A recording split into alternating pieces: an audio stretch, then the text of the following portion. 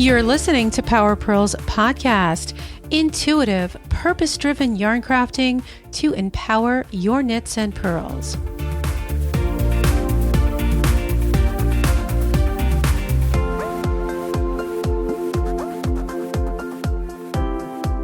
This episode is brought to you by Barocco Yarn and their Choose Your Own Adventure Cable Knit Along.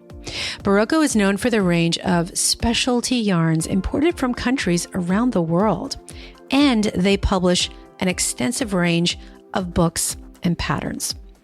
So let me share a little bit about this knit along because I am super excited to get started myself.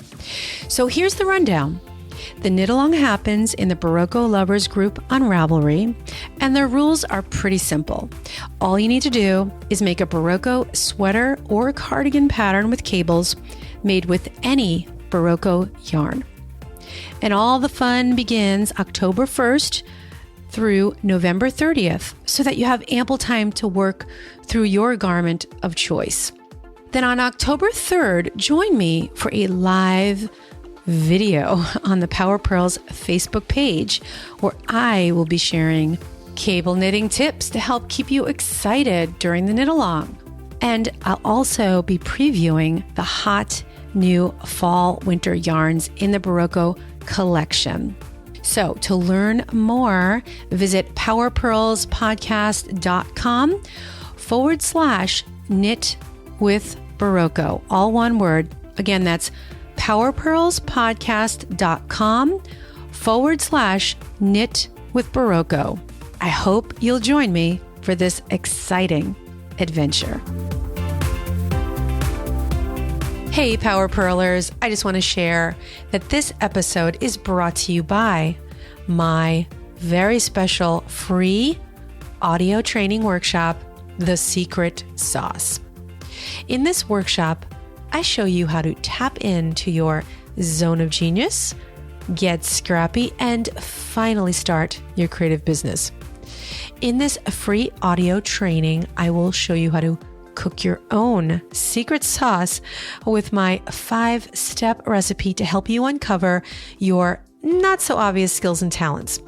Because let's face it, sometimes we just can't see them, but the truth is, they're there, kind of like your nose. It's so close that you don't even notice it. In this workshop, I will show you how I started my business, how I got scrappy and stopped functioning from a place of fear and urgency, so you can show up with joy, purpose, and excitement every day about building your passion-crafted, soul-driven business. So to learn more about this free audio training, visit karagottwarner.com/secret sauce. Now, on to the episode.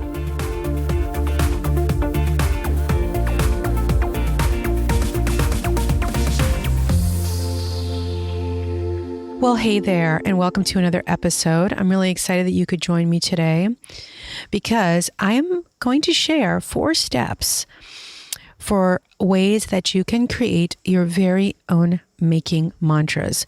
So you can connect the dots between creativity and the divine. Yes, I am going a little woo-woo today, but that's okay because I know you love it, and I'm only taking your lead because you guys reach out and say, I love this stuff. It helps my creativity. It helps me really connect more to that deeper place.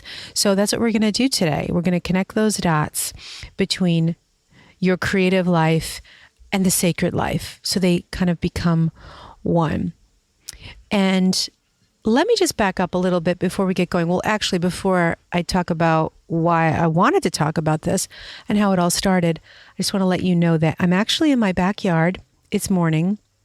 It's early, starting to get to be early fall, but there's a little breeze out here. It's just absolutely like a perfect morning, you know? I mean, I know nothing's perfect, but sometimes we do get glimpses of that little piece of perfection. And so I thought, you know what, I'm going to seize the moment and I'm going to record an episode outside. So you'll hear a little bit of background, which is really quite pleasant, you know, a little bit of the breeze. a little bit of the birds, which you can probably you can hear right now. And I think that's quite a nice background. So we're going to dive in to this episode. So it all works. And by the way, this was an article, before I decided to talk about it here on the podcast. This was also an article that I wrote probably 2 or 3 years ago now, which is amazing. 2 or 3 years ago from the time of this recording. But you can check it out if you want. And this episode goes more deeper into turning it into like a practice, kind of a step-by-step practice, if you will. But if you want to read my original article, you can find it by going to karagottwarner.com/mantra of making. And it was on longevity.com, which is, I think, Longevity Media. But I created this special link for you to easily get to that article. Okay, so let's get started. So this started with a random conversation with a fellow knitter, which turned into a comparison of the uncanny similarities between seamless knitting in the round and actually a pair of prayer beads.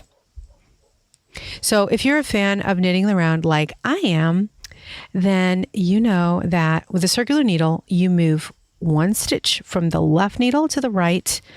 And in contrast with a rosary or prayer beads, also known as a mala in the Buddhist tradition, you move one bead at a time with the beads held in your left hand, flicking one bead at a time. So each time you move a bead, you recite a mantra or a tiny prayer or affirmation. And as makers, we know there is a special connection between our passion for craft and the divine. But what if we were to dive below the surface to uncover even deeper benefits? Okay, so I know it's a no-brainer. We know that yarn crafting with hooks or needles makes us feel calmer and more able to handle what life throws at us. I know it helps me tremendously. And now there's scientific proof. Okay. So this is illustrated in the Craft Yarn Council's Changing Global Health One Stitch at a Time video. So if you haven't had a chance to see that, you should totally check it out, because what they did in this video was that they interviewed mental health experts and physicians. So yes, by the way, you can stitch stress away, which is pretty cool. So check that out if you haven't already. And you can get to it by going to craftyarncouncil.org. Okay, so circling back. So what if we could take this stuff that feels really good to us, that we already know feels awesome and amazing? How can we use this as fuel to create a practice around it? How could we go further? What if we could use these warm and fuzzy feelings of stitching, scribbling, and splashing of paint as fuel for a contemplative practice? So let's take a look at 5 feel-good ways to move the needle and increase our peace at the same time. Okay, so we're going to go through these steps.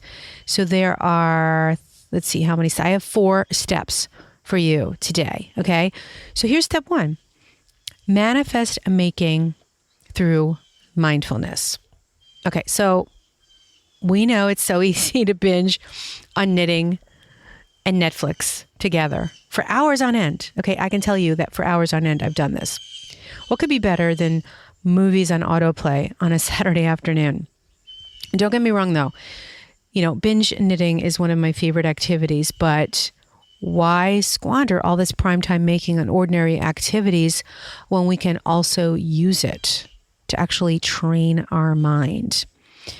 So as we sit with our knitting, we can connect to the simplicity of the yarn gliding through our fingers. We can also be present and connected with how each stitch moves from the left to the right needle. And while we're doing this, we can also create our own words or slogans, also known as affirmations. And we can repeat these with every stitch, right? And even close our eyes. We can let them linger as we stitch, we sit, and we breathe into the moment. which leads to the next step in the process. Now, as you can see, these are really simple. And if you're sitting in this sacred space with your knitting, you can do what comes natural. These are suggestions, but it's a way to make you really stop to think about how to actually turn your act, your passion for yarn crafting, for knitting, for whatever kind of craft. If you guys are listening, and you do lots of other types of making, this is a way to take it into that, that more visceral place. Okay, so let's dive into step 2. Step 2 is to breathe in, breathe out, and let go. So as a student of Dharma, the subject of mindfulness fascinates and at times eludes me. So if you've ever sat in meditation, you know this scenario really, really well. You close your eyes and you focus on your inhale, then your exhale, then inhale, and then exhale. And then you think, oh, when should I pick up the dry cleaning? Has that ever happened? And it's okay, because random things happen. Totally random thoughts are normal. And so it's okay to let those crazy thoughts in. And what you can do is just acknowledge them and then let them go. You can't stop your thoughts, by the way. So don't try. Just let them come. Just allow them, because they are like ocean waves, which means they're never going to stop, you guys. They're never going to stop. And we get discouraged because we try to stop our mind from racing and moving from thought to thought. So we can get discouraged, and that can sometimes make us give up on actually just sitting and trying to meditate, even for just a little while. Maybe you give up because you consider yourself a failure and that you'll never get this meditation thing right. Or worse, you get bored and you give up. So here's the encouraging news. You are noticing something called your monkey mind. And by the way, this is progress. It means that you are in fact practicing mindfulness because you realize that you have many thoughts in your mind. It's almost like you're watching a movie. Like when you actually begin to see it that way, like you are watching your mind, like it's a movie, like it's a reel, like a reel, meaning a reel, like a movie reel. That's when you're making progress. So trust me on this. And there are a few different schools of thought when it comes to a mindful meditation. Okay, so with simple breathing, we start with just some simple, you can do some just black and white inhale, exhale. But a way to take this a little bit further and make your mind do something, so that you can focus, is with a simple breathing, where you, like I said, first I said you can use a simple breathing method where you focus on your breath and you can actually count. So when you breathe in, it's 1, and when you breathe out, it's 2. And so on and so forth. Now, this is a good practice at the beginning of a practice, but there is also another form of meditation called analytical meditation, which actually gives your mind a job. So let me explain. So the goal with analytical meditation is that you first contemplate on something and you generate a particular thought. Okay?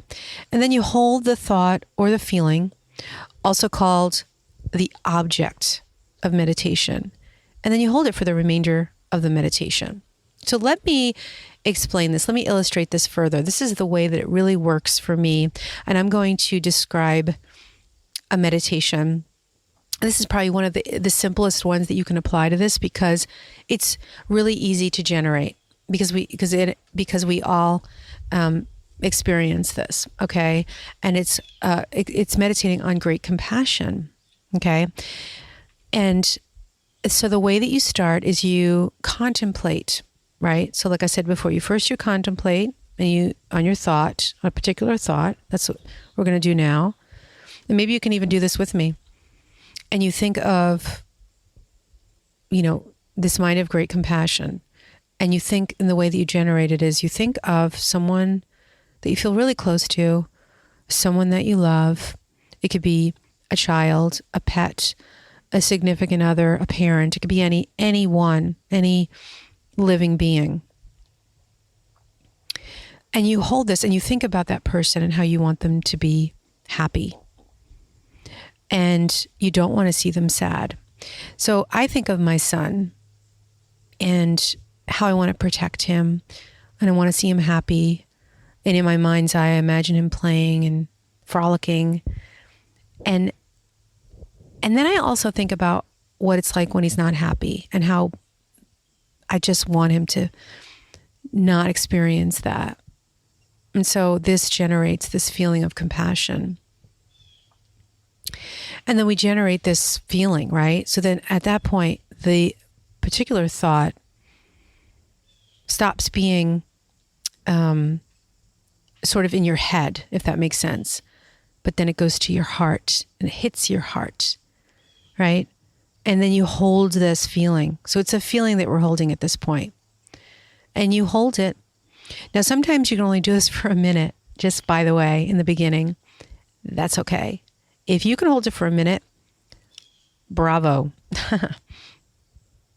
So if you can hold this feeling becomes the object that I mentioned before, the object of meditation. And then what we do is we hold it. We can just hold it here, just to keep this feeling going, the feeling as it is for the rest of the meditation. Or if it feels like you can go a step further, what we want to do next is think of all living beings. And that might seem like a stretch because you're like, wow, I'm just trying to think of like the people in my general circle, and I have a tough time, generating compassion even for myself because we're so hard on ourselves. I mean, you can even generate compassion for yourself and use the same method, thinking about how you don't want to be unhappy. You can even think of yourself as the little child that you once were and how happy you were, and think of a happy moment, and then maybe think of other times that weren't as happy, so that you can generate that mind of compassion.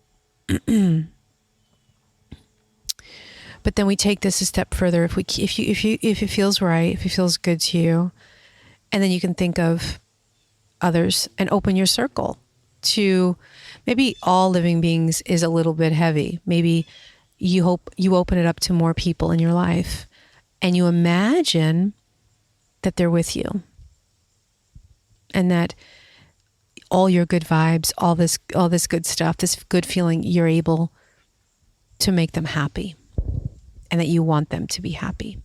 And that's it. And now let me tell you, if you get this right, even if it's for a few minutes, it's going to make you feel so good. So good.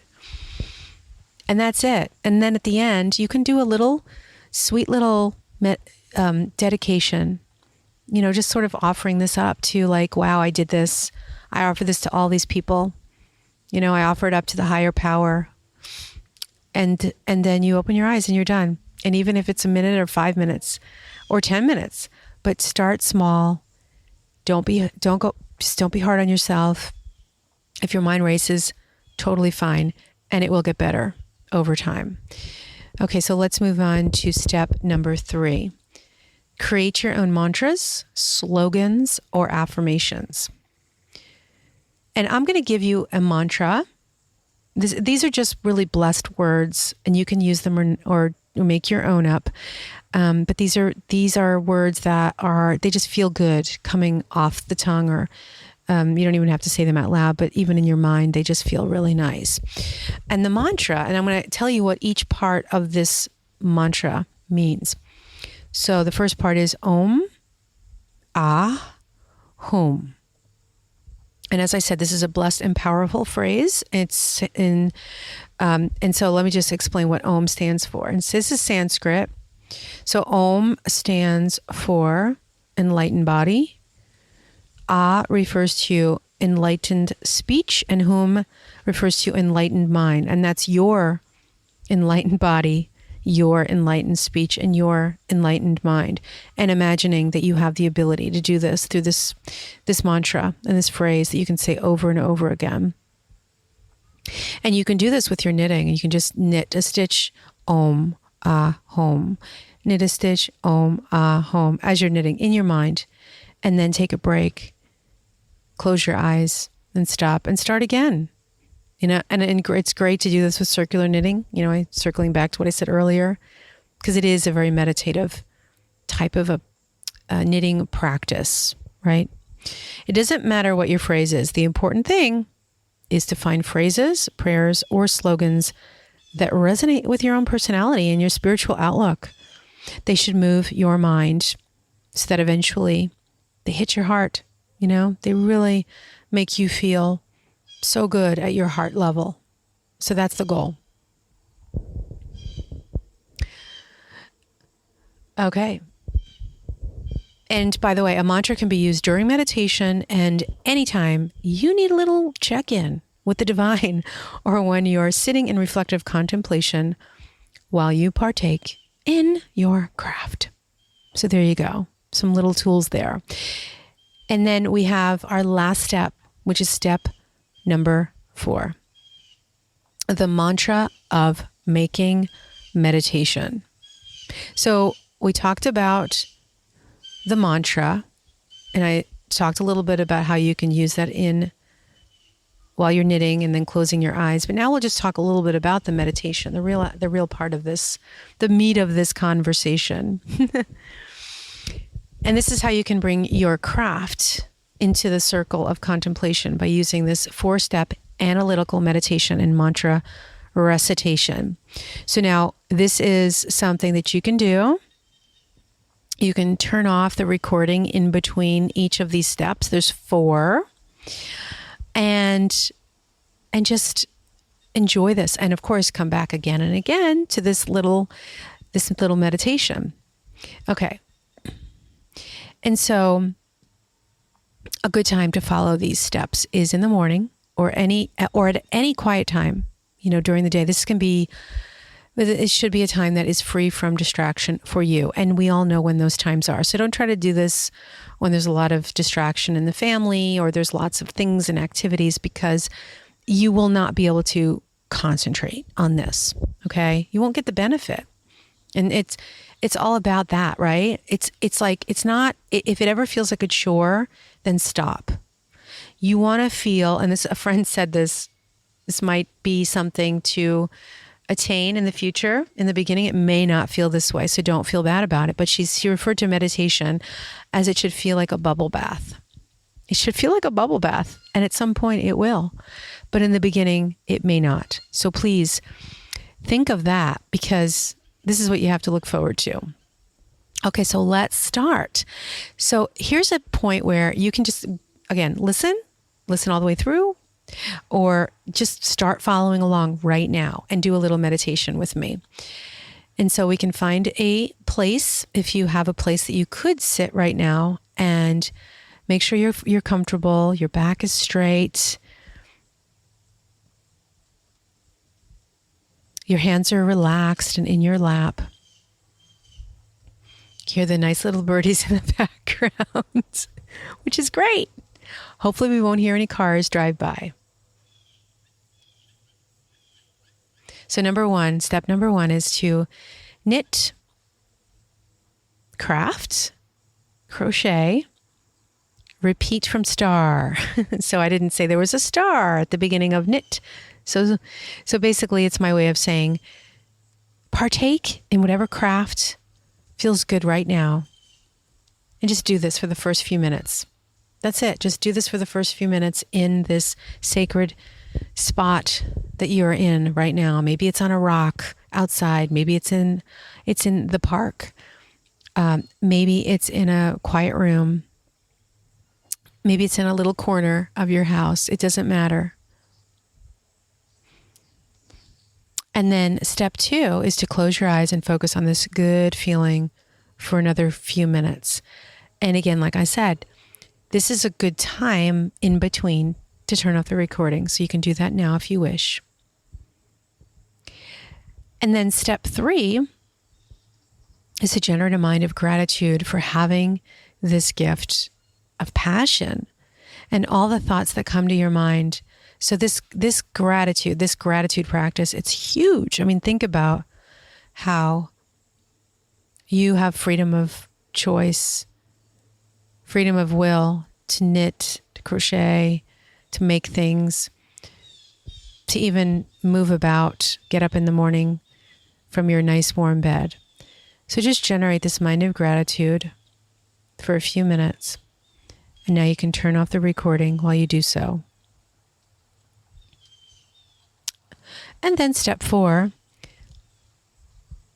you can open your eyes and resume crafting while you recite your mantra. So I have meditations that I've created where you don't have to turn the recording on and off, because that can be a little distracting. But this is a good little primer for you that you could use, because after a while, if you do this, your mind will become familiar and you won't need the guidance. And that is actually the goal with any meditative practice, is that the more you do something over and over again, the more your mind will become acquainted and you'll be able to memorize what you need to do, and it will just come natural. You won't even need to think about it. So that's just sort of like a little clue to the magic of a mindfulness practice, is repetitive practices over and over and over and over. And so, as they say in the yarn crafting world, repeat from star as you cultivate your practice. You will witness the power of mindfulness at work in your everyday life. You'll see how your passion for craft, conjoined with a contemplative practice, creates a heightened quality of life that is filled with contentment and peace of mind. So, my friends, I hope that these 4 steps will help you to cultivate your very own mantra of making. So with that, I will leave you, and I wish you a blessed day filled with the making of pretty, pretty things. Take care.